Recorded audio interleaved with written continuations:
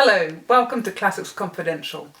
I'm Sonya Nevin. I'm here today talking to Anastasia Bakogianni about her new publication, War as Spectacle. Hello. Hi Sonya, great to be here. So, as well as doing such an enormous amount of work to actually edit this volume, you've also contributed a chapter about Michael Cacoyannis. Can you tell us a little bit about who Michael Cacoyannis was? Sure. Michael Cacoyannis was a very important Greek Cypriot director who created this wonderful Euripidean trilogy. So 3 films modelled directly on Euripidean plays.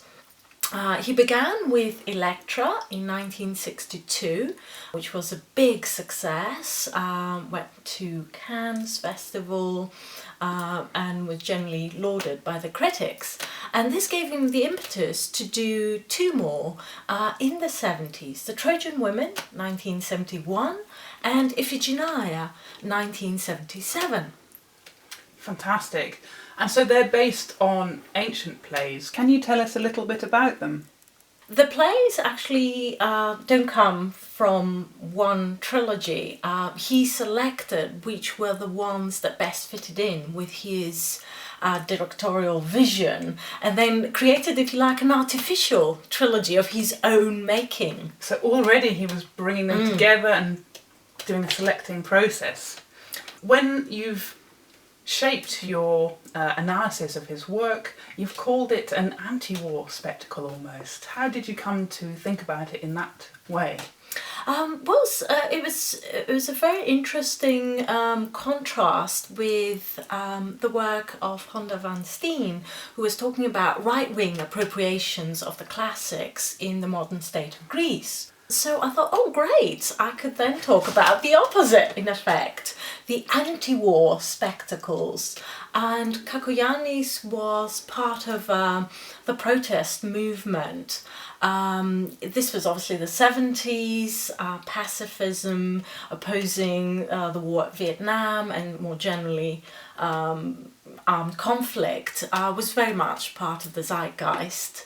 And he fitted in with that wonderfully. Particularly the second 2 films created in the 70s, The Trojan Women and Iphigenia, really do this, wonderfully. These are anti-war statements, in effect, condemning war, condemning the horrible impact it has on children and on women left behind. So that was the way he reshaped the material, the way he interpreted it. But it should be noted that this was how the classics, Greek tragedy in particular, were being used in this period. Edith Hall famously talks about the 1968-69 watershed, when Greek tragedy really begins to be appropriated in the service of a more liberal agenda.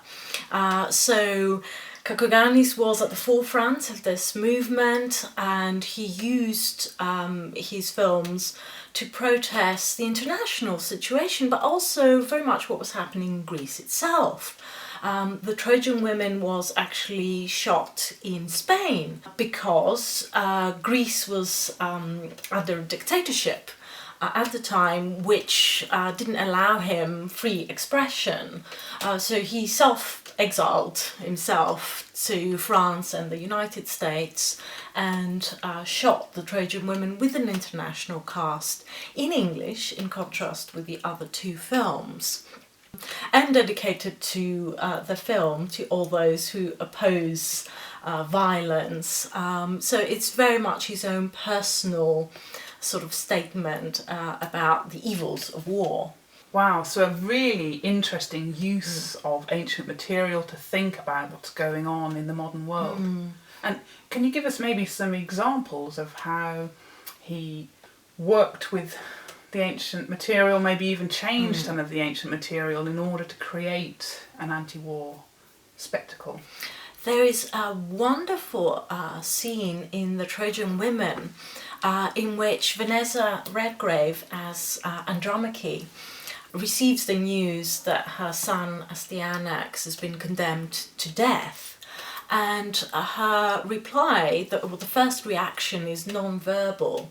She starts, in effect, screaming, low, rising in intensity, which is really powerful stuff. And interestingly, Cacoyannis actually had to push Vanessa Redgrave, who comes for a more restrained kind of theatrical technique, really push her to give it her all and, go out there, express this terrible anguish of a mother about to lose her son.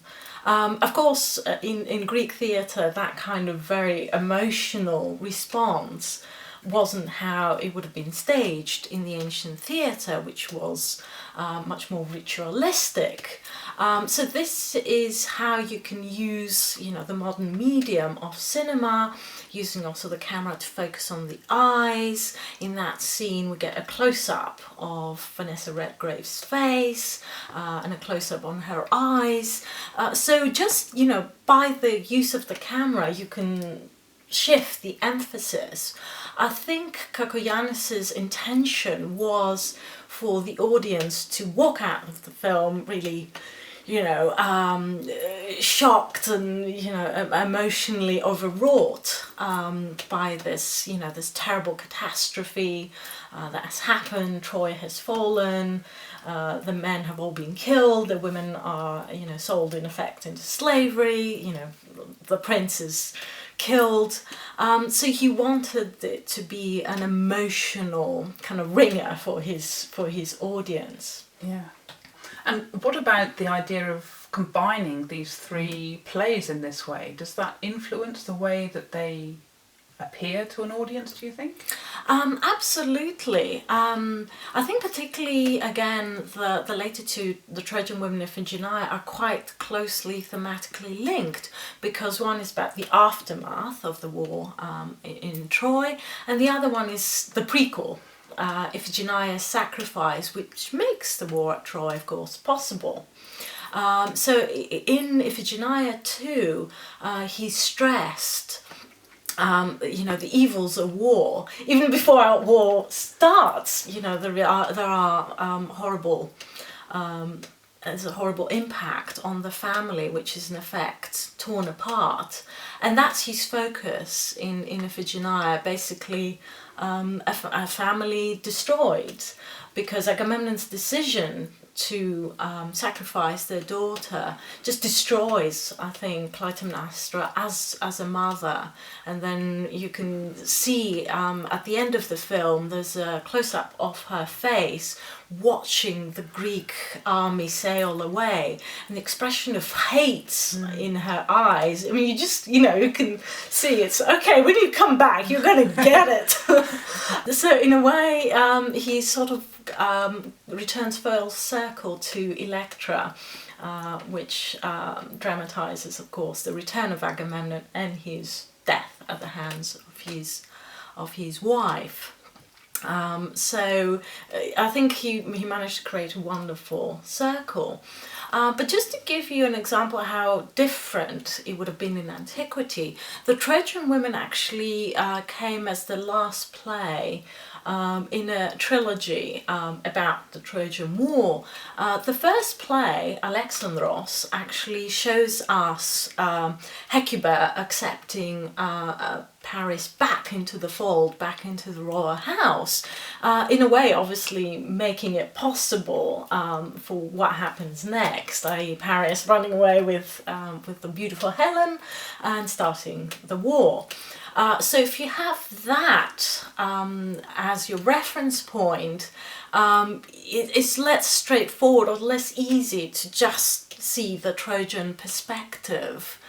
So what happens to them is, to a large degree brought upon themselves, but this decision to accept Paris back. So in Antiquity, it wouldn't have been an anti-war play.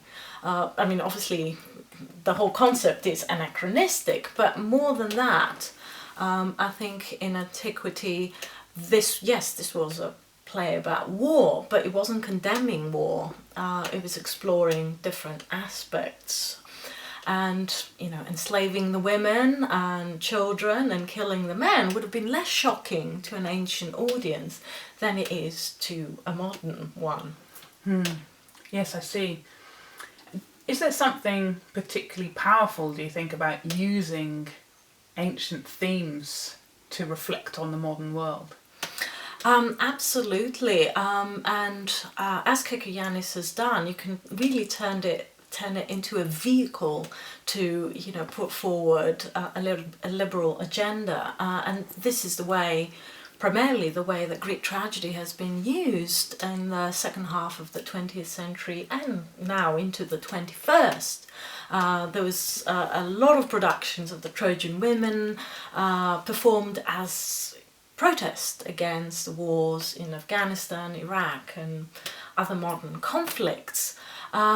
So you can use the ancient material, reinterpret it and present it anew as something that reflects our modern concerns. Sounds like it's going to be a fantastic analysis. Thank you very much for talking to us about it. My pleasure.